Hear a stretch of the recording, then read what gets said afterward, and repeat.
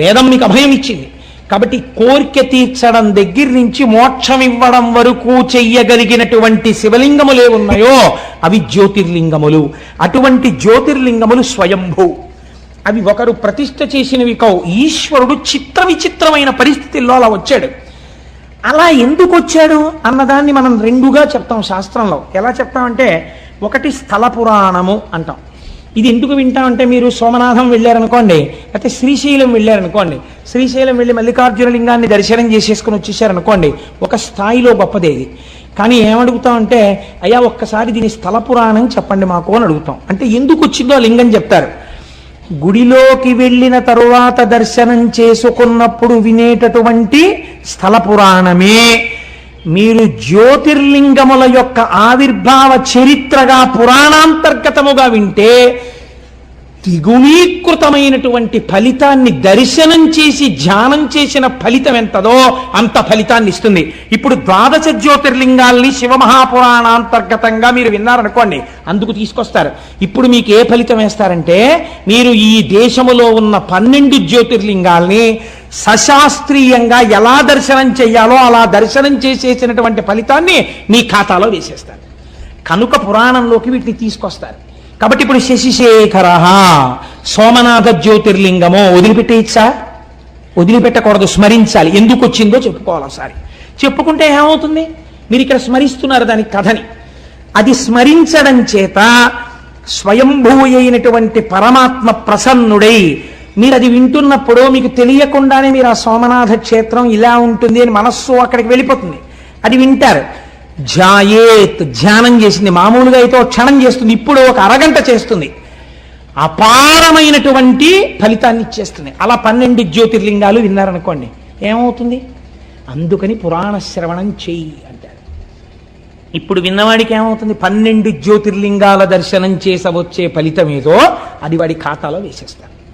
అందుకే పూర్వం అందరూ వెళ్ళలేరని ప్రత్యేకంగా మన వాళ్ళు వెర్రివాళ్ళై పురాణం చెప్పించలేదండి. ఒక ఆయన్ని పట్టుకు తెచ్చుకుని, అయ్యా మాకు పురాణం చెప్పండి అంటే ఆయన ఓ పుస్తకం పెట్టుకుని చక్కగా చదువుతుంటే ఆయన చెప్తుంటే భక్తి శ్రద్ధలతో అలా వినేవారు. ఇది ఇలా ఉంటుందా అండి, దీనికి హేతు ఉంటుందా అండి అని అడిగేవారు కాదు. శ్రద్ధ అలా ఉంటుంది, ఈశ్వరుడు స్వతంత్రుడు, అలా చెయ్యగలడు, వాళ్ళకి ఆ విశ్వాసంతో వినేవారు. అందుకే 80 ఏళ్ళు రానివ్వండి, చక్కగా మోకాళ్ళు నొప్పి లేదు, బీపీ లేదు, షుగర్ లేదు, కళ్ళజోడు లేదు, ఇనప రాయల్లే ఉండేవారు. ఇంత పప్పు అన్నం, ఇంత చారెడు నెయ్యి, ఇంత ఆవకాయ కలుపుకొని శుభ్రంగా తినేసి త్రేయించి వెళ్ళిపోయేవారు. ఎందుకుండేదంటే వాళ్ళకి భగవంతుడి మీద విశ్వాసం లోపల జఠరాగ్నిగా ఉండేది. మనకు అన్నీ వేరువిరుపులే. అలా ఉంటుందా అండి? నీకు ఆకలి ఉండదు, అనుమానం సంశయాత్మ వినశ్యతి. కాబట్టి చూడండి, శశిశేఖర అన్న నామాన్ని వ్యాఖ్యానం చేస్తూ అంటారు, దక్ష ప్రజాపతికి 27 మంది కుమార్తెలు. ఆ 27 మంది కుమార్తెలే 27 నక్షత్రాలు, అశ్విని భరణి కృత్తిక రోహిణి. వీళ్ళు ఈ 27 నక్షత్రాల్ని తీసుకెళ్లి చంద్రుడికిచ్చి వివాహం చేశాడు. ఒక ఆయనకే ఇచ్చేశాడు, గొడవ లేదు, పండగ ఒక్కడే అల్లుడు వస్తాడు. అందుకని 27 ఆడపిల్లల్ని ఒక్కరికే ఇచ్చాడంటే పూర్వం దక్షిణ నాయకత్వము అని ఒకటి ఉండేది. మీరు నన్ను క్షమించండి, నేను పురాణాంతర్గతంగా ఇలాంటి మాట అనకూడదని అండం ఎందుకు అంటున్నాను, ఒక దక్షిణ నాయకత్వాన్ని సమర్థించడానికి. అనుకోండి, విజయనగర సామ్రాజ్యాన్ని పరిపాలించినటువంటి రామరాయల వారు అప్పుడప్పుడు ఏదైనా ఊరిడితే ఆ ఊళ్ళో తరణిపోలిన పిల్లలు కనపడుతుండేవారట. దక్షిణ నాయకత్వం అంటే అలా ఉండేది. అంతమంది భార్యలతో ఉండేవారు. దశరథ మహారాజు గారికి 365 మంది భార్యలు ఉండేవారు. అలా పూర్వం ఆ దక్షిణ నాయకత్వం ఉండేది. అందుకని 27 ఆడపిల్లల్ని ఒక్క ఆయనకి ఇచ్చేసాడు ఆయన. ఈ 27 మంది భార్యలతో చంద్రుడు పాణిగ్రహణం చేసిన వాడు ఏం చెయ్యాలి? చక్కగా సంతోషంగా 27 మందితోటి కలిసిమెలిసి ఉండాలి. ఏదో ఒక ఆయన తాను రోజు పడక గదిలోకి వెళ్ళి చూసినట్టు, దానివల్ల గొడవలు వస్తున్నట్టు నువ్వు అలా ప్రవర్తించకని బుద్ధి చెప్పాడు వెంకటేశ్వర స్వామి వారికి. శ్రీదేవి వంకకు చిలిపిగా చూడకు, అలమేలు మంగకు అలకరానీయకు, ముద్దు సతులిద్దరిని ఇరువైపులా చేర్చి ఏ గొడవ లేకుండా హాయిగా నిద్రపో శేషశైలవాస శ్రీ వెంకటేశ. ఆయన ఎలా పడుకోవాలో, భార్యలతో ఎలా సర్దుకోవాలో ఈయన పాఠం చెప్పి అలా నిద్రపోమని చెప్పాడు. అదో విచిత్రం. అంటే భావన చేత స్వేచ్ఛ కలిగి తన్మయత్వంతో పాడుకున్నటువంటి వాడికి హద్దెక్కడుందండి? కాబట్టి ఆయన అలా దర్శనం చేయగలిగాడు. అంటే ఆయన ఎప్పుడో ఈయన అలా చూడడం, ఆవిడ కొంచెం కోపడ్డం అవి ఆయన చూశాడు అనమాట. అందుకని నువ్వు అలా అనవసరంగా గొడవలు తెచ్చుకోక, పొద్దున్నే ఒక అమ్మవారు చిన్నబుచ్చుకుంటే మాకు కష్టంగా ఉంటుంది, ఇద్దరిని సమానంగా చూస్తూ పడుకో అన్నాడు ఆయన. అది ఎంత బుద్ధి చెప్పాడో సార్, ఎంత స్వాతంత్రం అండి. నాకు అలాంటి పాటలు వినపండి అప్పుడు చాలా ఆనందంగా ఉంటుంటుంది. కాబట్టి సరే, ఇప్పుడు నేను దేని గురించి ప్రస్తావన చేయాలనుకుంటున్నానంటే 27 కన్యలతోటి భార్యలతోటి చంద్రుడు సంతోషంగా సమానంగా ఉండాలి. కానీ ఇక్కడ నేను ఒక్క మాట అంటే మీరు మరోలా అనుకోకండి, చంద్రుడి చరిత్ర ఎందొక దోషం ఉంది. ఏమా దోషము మీకు దేవీ భాగవతంలో మొదటి కదా అదే. ఇప్పుడు నేను దాన్ని ప్రస్తావన చేస్తే దానికి మళ్ళీ వివరణ చేయాలంటే మహాప్రభావం 3 రోజులు పడుతుంది, ఎందుకు వచ్చిన గొడవ. అందుకని కానీ ఆయన కొంచెం తొందరపడిపోవడం, యుక్తాయుక్త విచక్షణ లేకుండా ఏ స్త్రీ పట్ల అలా ప్రవర్తించడం మహాపాతకమని శాస్త్రం చెప్పిందో అలాంటి వాళ్లతో రమించడం కూడా చంద్రుడి చరిత్రలో ఒకచో ఉన్నది. దాని విశేషార్థం పక్కన పెట్టండి, మామూలుగా చరిత్ర యందు ఉన్నది. కాబట్టి ఈ అలవాటుకి ఫలితం ఎక్కడో రావాలి, ఎదర రావడానికి కావలసినట్టుగా బుద్ధి కర్మానుసారిని నడిపించాలి, అందుకు నడిపిస్తోంది అసలు యథార్థం. ఇది శివుడు ఇస్తున్నటువంటి ఆ ధనస్సులోంచి వస్తున్నటువంటి పాప ఫలితం. మీరు అలా సమన్వయం చేసుకోండి, ఎంత అందంగా వస్తుందో అది. ఇప్పుడు ఆయన ఏం చేశాడు, మళ్ళీ ఆయనకి 27 మందిలో రోహిణి ఒక్కత్తి బాగా నచ్చింది కాబట్టి ఆ రోహిణితోనే కాలం గడిపేవాడు. ఇది సహజంగా మిగిలిన 26 మందికి కూడా చాలా బాధ కలిగింది. 27 స్వీకరించిన వాడు 27 సమానంగా ఉండాలి, కానీ ఒక్క రోహిణితోనే ఉంటున్నాడు. వాళ్ళు ఎంత బాధతో మాట్లాడారో తెలుసా అండి. తండ్రి గారి దగ్గరికి వెళ్ళి, నేను అన్ని పద్యాలు చెప్తూ కూర్చుంటే 42 రోజులు ఏంటి, ఆయన చెప్పినట్టు సంవత్సరం అయిపోతుందో ఏమిటో గొడవ అని బెంగెట్టుకుని 1-2 పద్యాలు మాత్రమే చెప్తున్నాను. అందరి నేల ఇట్లు జలజారికి నిచ్చితివి, ఒక్క రోహిణీ సుందరినిచ్చి నన్మిగుల సొంపుగా నుండెడిది, ఎక్కడేని మాకుందక భర్త చిక్కకయే గొడ్డైపోవునో పృథ్వీ. తండ్రి ఈ వందురు ఎట్లు పాయుదుము వల్లభ కొల్విటు చెందుమాకి కన్నని అడిగారు. ఎంత కష్టంతో కూడుకున్న మాట అడిగారో చూడండి. నాన్నగారండి మీరు ఎందుకు ఈ తప్పు చేశారండి, మా 27 మందిలో ఒకవేళ రోహిణియే అందగత్తేమో, రోహిణిని ఒక్కదాన్ని చంద్రుడికి ఇచ్చి అంత చందమామ లాంటి మొగుడు రావాలంటారు కదా, చందమామ లాంటి మొగుడిని పొందడానికి మేము అర్హులం కావేమో, అంత అందగత్తెలం కాదేమో, అందుకేనేమో రోహిణి మీద ఉన్న ప్రీతి మా మీద లేదు. అంత అందమైన కూతురుతో పాటు అందం లేని మమ్మల్ని కూడా ఎందుకు ఇచ్చారు నాన్నగారు కన్యాదానంలో, మీ బాధ్యత అయిపోతుందని ఇచ్చారా? మాకు తగిన భర్తలు, మేము ఎంత పనికి మాలిన వాళ్ళమైనా మాకు తగిన భర్తలు పృథివీలో ఉండరా? గొడ్డుపోయిందా నాన్నగారు లోకం? ఎవరిని తెచ్చి మాకు పెళ్లి చేస్తే మేము సంతోషించకపోదాం అండి. భర్త యొక్క మనస్సు చూరగొనని మా జన్మ మాకెంత బాధగా ఉందో తెలుసా నాన్నగారు. ఎంత గొప్పగా మాట్లాడారండి వాళ్ళు, ఎంత అందమైన పద్యం పడిపోయిందో చూడండి. నాన్నగారండి గొడ్డుపోయిందా లోకం, మమ్మల్ని ఎందుకు ఇచ్చారు నాన్నగారు చంద్రుడికి 27 మందిని, ఒక్కతే అందంగా ఉంది, అందమైన రోహిణితో ఆయన ఉంటున్నాడు. అసలు మా జన్మలో మేము భర్త గారితో కలిసి ఉండి భర్త గారు మా వల్ల సంతోషపడ్డారన్న రోజు మా జీవితంలో మేము చూస్తామా నాన్నగారు అన్నారు. దీనికి వాళ్ళు చేసిన పాపం ఏమిటండి? తండ్రి మనస్సు ఈ మాట విన్నప్పుడు ఎంత కుందుతుంది. కాబట్టి ఆయన చరచరాలేసి, అసలే దక్ష ప్రజాపతి ఎదర వీరభద్ర విజయం వస్తుంది కదా, గబగబా పంచ పైకి పట్టుకుని చంద్రలోకానికి వెళ్ళాడు. ఆయన అల్లుడు గారు ఎదురొచ్చారు, తీసుకొచ్చారు, కూర్చోబెట్టారు. కూర్చోబెట్టిన తర్వాత, అబ్బాయి నీ పరిస్థితి అంతా బాగోలేదయా, నీకు 27 పిల్లలు ఇచ్చాను. ఇచ్చినప్పుడు చక్కగా మామయ్యగారండి బాగున్నారండి, చక్కగా ఉంటుందండి, మీరు వచ్చినప్పుడు ఎంత సంతోషంగా ఉంటారో చూద్దురుగానండి అన్నావు.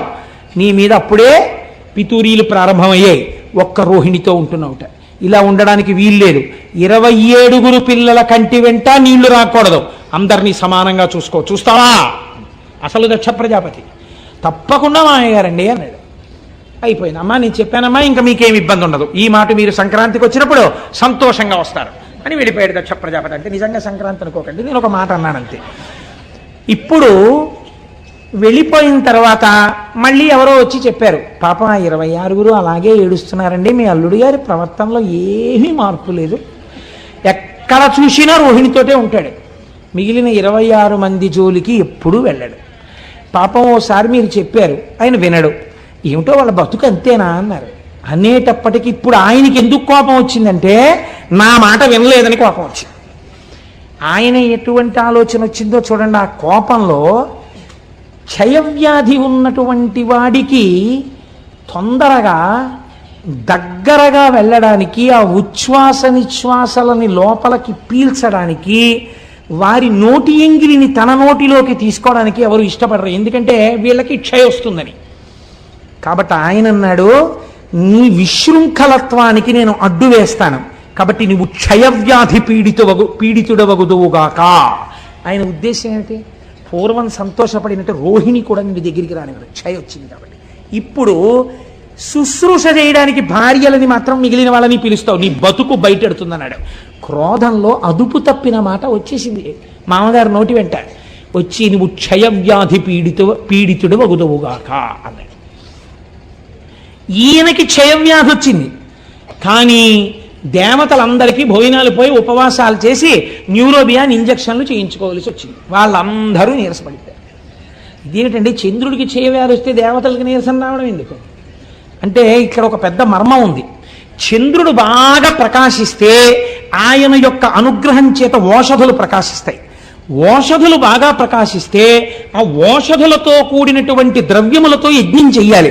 ఈ యజ్ఞంలో ఓషధుల్ని కూడా వేస్తే ఈ హవిస్సులు దేవతలు తీసుకుంటారు. దేవతలు తీసుకుని వాళ్ళ ఆకలి తీరితే వాళ్ళకు మనకు మంగళములను ఇస్తారు. దేవతలకి హవిస్సులు లేవు, లోకాలకి మంగళాలు లేవు. ఇటు వీళ్ళు మాడిపోయారు, అటు వాళ్ళు మాడిపోయారు. ఎందుకు వచ్చింది ఇదంతా? చంద్రుడికి క్షయవ్యాధి వచ్చింది. కాబట్టి ఇప్పుడు ఇది ఎవరి సమస్య అయి కూర్చుంది? చంద్రుడి వ్యక్తిగత సమస్య కాదు, అన్ని లోకాల సమస్య. ఎంత చిత్రంగా పరిగణించిందో చూడండి విషయం. ఇప్పుడు వీళ్ళందరూ మాట్లాడుకున్నారు. అత్రి మహర్షిని పిలిచారు. అందరూ కలిసి చతుర్ముఖ బ్రహ్మగారి దగ్గరికి వెళ్ళారు. పెద్ద ఆయన పాపం ఆయన్ని అడుగుతారు అందరూ. ఆయన దగ్గరికి వెడితే చూడండి, మనం సాధారణంగా ఓ మాట అంటాం, ఏమండి వీడు ఇలా తప్పు చేశాడు, కొంచెం చేయండి అంటే, వీడికి చెయ్యాలి ఉపకారం? వీడికండి చెయ్యాలి? మీరు తండ్రి, మీరు మర్చిపోయారేమో, వీడు చేసిన తప్పుడు పనులన్నీ నాకు బాగా గుర్తున్నాయి. ఎంత ఏడిపించాడంటే బృహస్పతిని, నాకు తెలీదా? ఆ రోజు నేనే కదా చతుర్ముఖ బ్రహ్మని జోక్యం చేసుకున్నాను. వీడికి అసలు ఇటువంటి ఇది రావాలి, బాగా వచ్చింది నాళ్ళకి, మామగారు బలి చేపించాడు. కానీ ఇగో వీళ్ళ కోసం ఓ మార్గం చెప్పక తప్పదు అని చెప్తాడు. చూసారా ఓ పెద్ద ఆయన, అలాగే చెప్పాడు బ్రహ్మగారు. ఆ పద్యం వినండి ఎంత గొప్పగా పడిందో. పరకాయ ప్రవేశం చేసి అత్యంత సహజమైన రచన చెయ్యడం అంటే అది. అయినను లోక సౌఖ్యమును నారసి చెప్పెదా. వీడు తుంటరవాడు, వీడికి చెప్పకూడదు అసలు, వీడి చేవ్యాధితో బాధపడిన గొడవేం లేదు. అయినను లోక సంక్షేమం కోసం చెప్తున్నారు. ఇటు మీరు అటు వాళ్ళు బాధపడుతున్నారు కదా, అందుకు చెప్తానన్నాడు బ్రహ్మగారు. ఆ ప్రభాసమాన్యూనత రాఘహారియగు నొద్దిక వీడత చేరి శంకరున్ పూనిక కొల్చుచున్ తపసుభూని వసించిన కొన్ని నాళ్లకి గ్లానిని మాన్పగాగలదు కాలహరుండు దృఢంబు పొండికన్. నేను చెప్తున్నాను రా ఉపాయం, ఏమీ లేదు. వీడు ప్రభాస క్షేత్రానికి వెళ్ళాలి. వెళ్ళి సముద్రపు ఒడ్డున ఉంది, అది అరేబియా మహాసముద్రం అని ఇప్పుడు మనం పిలుస్తున్నామే, ఆ సముద్రపు ఒడ్డుకు వెళ్ళి కూర్చుని ఆ ప్రభాస క్షేత్రంలో ఓ గుంట తవ్వి అందులో ఒక పార్థివలింగాన్ని పెట్టుకుని పంచాక్షరీ మహామంత్ర జపాన్ని మృత్యుంజయ మహామంత్రంతో కలిపి అనుష్ఠానం చెయ్యాలి. ఎందుకని? క్షయం వచ్చేసింది కాబట్టి మృత్యుంజయ మంత్రంతో కలిపి అనుష్ఠానం చెయ్యాలి. ఎంత శాపం ఉన్నా ఇటు బ్రాహ్మణ వాక్కుని కాపాడి అటు వీడు చచ్చిపోకుండానూ కాపాడాలంటే పరబ్రహ్మమునకు తప్ప వేరొకడికి సాధ్యం కాదు. కాబట్టి శంకరుడు మాత్రమే చెయ్యాలి పని. వీడిని పార్థివలింగాన్ని అర్చన చెయ్యమనండి అన్నారు. ఆ మాట చూడండి, ఉద్దిక వీడత చేరి. బ్రహ్మగారు మాట్లాడేటప్పుడు ఈయన్ని అండం, ఆ చికాకుంది చంద్రుడి మీద, ఆయనకి కోపం ఉంది, అందుకని వీడిని అక్కడికి వెళ్ళమనండి. ఎంత బాగా అన్నారో చూడండి, ఒద్దిక వీడట. అక్కడైనా బుద్ధిగా కూర్చోవాలి, మళ్ళీ అక్కడికి వెళ్ళి కూర్చుని ఏదో పనులు మొదలెట్టకూడదు, మళ్ళీ ఏదో శాపాలు తెచ్చుకోకూడదు, మళ్ళీ నా దగ్గర రాకూడదు. ఉద్దిక అక్కడ కూర్చుని శివుడి గురించి ఆరాధన చేయమనండి, పోమనండి అక్కడికి. అలాగేనండి బాబాయ్ అన్నాడు ఇప్పుడు అని. ఇప్పుడు బయలుదేరి ప్రభాస క్షేత్రం చేశాడు. ఏం చేస్తాడు? చేసిన పాపం అనుభవించాలి, వచ్చింది శిక్ష. కాబట్టి ఇప్పుడు అక్కడ కూర్చుని పంచాక్షరీ మహామంత్రాన్ని మృత్యుంజయ మహామంత్రంతో అనుసంధానం చేశాడు. ఇది ప్రసన్నుడు అంటే ఎవడు వ్యాధినిచ్చాడో వాడే శివాశర వ్యాయాతవ తయానో రుద్రమృడయా రక్షించాలి. ఇప్పుడు వెళ్ళి కూర్చుని జపం మొదలెట్టాడు. కొన్ని కోట్ల జపం అయిపోయింది. అయిపోయిన తరువాత చంద్రోద్భాసిత శేఖరే స్మరహరే గంగాధరే శంకరే సర్పైర్భూషిత కంఠకర్ణ వివరే నేత్రోద్ధ వైశ్వానరే దంతిత్తకృత సుందరాంబరధరే త్రైలోక్య సారే హరే మోక్షార్థం కురు చిత్త వృత్తి మమలాం అంతైస్తు కింకర్మభిః అంటారు శంకరాచార్యుల వారు. అటువంటి స్వరూపంతో భగవానుడు శంకరుడు ప్రత్యక్షమయ్యాడు. స ఉమ పార్వతీ సహితుడై ప్రత్యక్షమయ్యాడు. క్షయవ్యాధితో శుష్కించిపోయి ఉన్నాడు చంద్రుడు. ఏం ఏమిటి నీ అభీష్టం అని అడిగాడు. అయ్యా నాకు క్షయవ్యాధి తగ్గిపోవాలండి అన్నాడు. ఇప్పుడు నీ క్షయవ్యాధి పోతుంది అని పరమాత్మ అనగలరు అంటే ఎవరి మాట పోయింది? దక్ష ప్రజాపతి మాట పోయింది. అంటే నీ శాపం పెట్టేవాడిని నువ్వు రక్షించేవాడివా అంటాడు. కాబట్టి ఇప్పుడు ఇద్దరిని దృష్టిలో పెట్టుకోవాలి. అటు పెద్ద ఆయన మాట నిలబడిపోవాలి, ఇటు పిల్లాన్ని రక్షించాలి. ఇంత తప్పు చేసి ఉన్నవాడైనా తన పాదములు పట్టుకుంటే బుద్ధిని కూడా సంస్కరించాలి. అందుకే ఆ తర్వాత చంద్రుడు 27 భార్యలతో సమానంగా లేడన్నటువంటిది లేదని చెప్పడానికి ఉదాహరణే చాంద్రమానంలో మీరు చెప్తున్న తిథులు కదండి. అయితే చంద్రమానంలో ఎలా జరుగుతున్నాయి తిథులన్నీ? చంద్రుడు కూడుతున్నాడు కదా నక్షత్రాలతోటి. కాబట్టి ఇప్పుడు బుద్ధిని మార్చాడు. అదే కదండి, మరి అందుకేగా రుద్రశబ్దం వాడారు మీరు. ధర్మం వైపుకు మారుస్తాడు బుద్ధిని అనే కదా మీరు రుద్రశబ్దం వాడారు. కాబట్టి ఇప్పుడు ఏం చేశాడు? బుద్ధిని ముందు మార్చి అటు పెద్ద ఆయన మాట నిలబెట్టాలి దక్ష ప్రజాపతి. కాబట్టి అన్నాడు నీకు క్షయ ఉంటుంది కానీ 15 రోజులు క్షీణిస్తావు, 15 రోజులు వృద్ధి పొందుతుంటావు. కాబట్టి ఇంకా క్షయ పూర్తిగా లేదు కాబట్టి నశించిపోవు, ఎప్పుడూ హాయిగా ఉంటావు. సరికదా పిల్లాడా, ఎప్పుడైనా ఎవరైనా నీ పాత కథలు తలుచుకోకుండా నువ్వు పూర్తిగా ఇప్పుడు గొప్పవాడివయ్యావు, నీ చరిత్రే మారిపోయింది, నువ్వు సద్బుద్ధున్నవాడివి, నా చేత అనుగ్రహింపబడిన వాడివని తెలుసుకోవడానికి నాతో కలిపి నీ దర్శనం చెయ్యడానికి నా పేరే నీతో కలుపుకుంటాను, చంద్రశేఖర అని పిలిపించుకుంటానని ఆ చంద్రుణ్ణి చేసి నెత్తిన పెట్టుకున్నాడు. ఏమి ఔదార్యమూర్తి అండి పరమాత్మ. ఇది ఆయన కారుణ్యం అంటే. నీకేమిటి బెంగ? కాలమునకు వశుడు కాని వాడను నేను, నా నెత్తి మీద నిన్ను పెట్టుకున్నాను రా. చతుర్ముఖ బ్రహ్మగారు అన్నాడు వీడును పోయి ఉద్దికను అన్నారు. ఆయన అన్నారు తప్ప అందరూ చేస్తారులే నాన్న, చేసావో నీ బుద్ధి మార్చుకో. నీ బుద్ధి మారింది, ఇప్పుడు నిన్ను నెత్తి మీద పెట్టుకుంటాను. ఇప్పుడు మీకు ఇది విని ఏమైంది? శశిశేఖర, తప్పులు జరిగిన వాటికి వేళ్లు విరవకండి. ఇంత కారుణ్యమూర్తి అయిన శంకరుడి పాదాలు పట్టుకున్న వాడికి ఒక్కసారి పట్టుకుంటానని పూనికతో నిలబడితే మిమ్మల్ని కూడా నెత్తి మీద పెట్టుకోవడానికి ఆయన సిద్ధంగా ఉన్నాడు కదండి. అందుకని శశిశేఖర, అందుకని నెత్తి మీద చంద్రుణ్ణి పెట్టుకున్నవాడా అని ఈయన్ని పిలవలసి వచ్చింది. ఆయన క్షయవ్యాధి పోయింది, చాంద్రమానం వచ్చింది. ఇప్పుడు ఈ చంద్రుడు పార్వతీదేవికి గొప్ప భక్తుడయ్యాడు. అందుకే మనుశ్చంద్ర కుబేరశ్చాలోపాముద్రాచ మన్మద అగస్తీరగ్ని సూర్యశ్చ ఇంద్రస్కంధస్తథైవచ అని క్రోధభట్టారకో దేవ్యా ద్వాదశామి ఉపాసకా 12 మంది అమ్మవారి మహాభక్తులలో ఈయన కూడా ఒకడయ్యాడు. అయితే ఇక్కడ ఒక చిత్రం జరిగింది. శంకరుణ్ణి చూసి అన్నారు స్వామి చాలా బాగుందండి, మీరు నెత్తి మీద చంద్రుణ్ణి పెట్టుకున్నారు, శశిశేఖర అన్న నామం మీకు వచ్చింది, అంతవరకు మేము ఒప్పుకున్నాం. అదే సోమనాథలింగం. స ఉమ నాథుడు ఒక అర్థం, అంటే పార్వతీదేవి పక్కన ఉన్నటువంటి కారుణ్యమూర్తి, సశక్తిపరుడు కాదు. సోముడు అంటే చంద్రుడు. సోముడు ప్రార్థన చేశాడు, నన్ను ఇంత అనుగ్రహించిన నీవు ఉత్తరోత్తర ఎవరొచ్చినా రక్షించడానికి ఇక్కడే విలియవలసినది అన్నాడు. జ్యోతిర్లింగమయ్యాడు. అందుకే అది స్వయంభూలింగాలలో జ్యోతిర్లింగాలలో మొట్టమొదటి లింగం. మీకు తెలిసి వెళ్ళినా తెలియక వెళ్ళినా దీర్ఘకాలం పీడించేటటువంటి వ్యాధులు నయమవుతాయని, భవిష్యత్ జన్మలలో చేసిన పాపముల వలన భయంకరమైన వ్యాధులు, కుష్ఠవ్యాధి వంటి వ్యాధి రావలసినటువంటి పాపములు ఖాతాల్లో ఉండిపోయినా అవి భగ్నమైపోతాయని, సోమనాథలింగ దర్శనం చెయ్యాలని మనకి శాస్త్రం చెప్తోంది. మమ్మల్ని అనుగ్రహించి గోపాలకృష్ణ గారు తీసుకెళ్ళబోతున్నారు సోమనాథలింగ దర్శనానికి ఏప్రిల్లో. కనుక ఒకరన్నారు అయ్యా ఇక్కడ వరకు బాగుందండి, చాలా బాగుంది, సోమనాథలింగ దర్శనం చెయ్యవలసిందే. ఈ లింగం మీద కన్నుబడే ఈ దేవాలయాన్ని ఎన్ని మాటలు ధ్వంసం చేశారో కొందరు. ధ్వంసం చేస్తే మహానుభావుడు ఉక్కు మనిషి అనిపించుకున్నటువంటి భారతదేశపు ఉప ప్రధాని చేసినటువంటి సర్దార్ వల్లభభాయ్ పటేల్ గారు ఆయన ఆధ్వర్యంలో ఒక కమిటీ ఏర్పడి సోమనాథ దేవాలయాన్ని పునర్నిర్మాణం చేసి అత్యద్భుతమైన దేవాలయంగా రూపుదిద్దారు ఇప్పుడు. కాబట్టి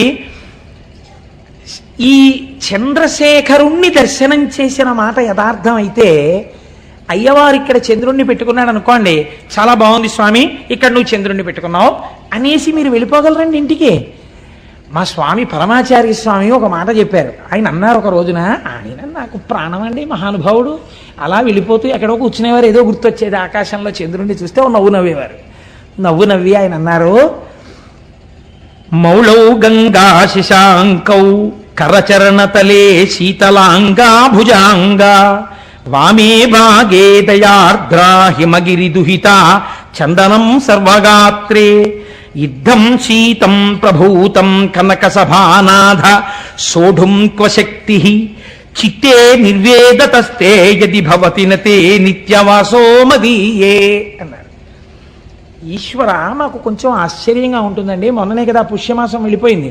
ఆర్ద్రా నక్షత్రమేమో శంకరుడికి ప్రీతి, శ్రవణ నక్షత్రమేమో మా స్వామి వెంకటేశ్వర స్వామి వారికి ప్రీతి.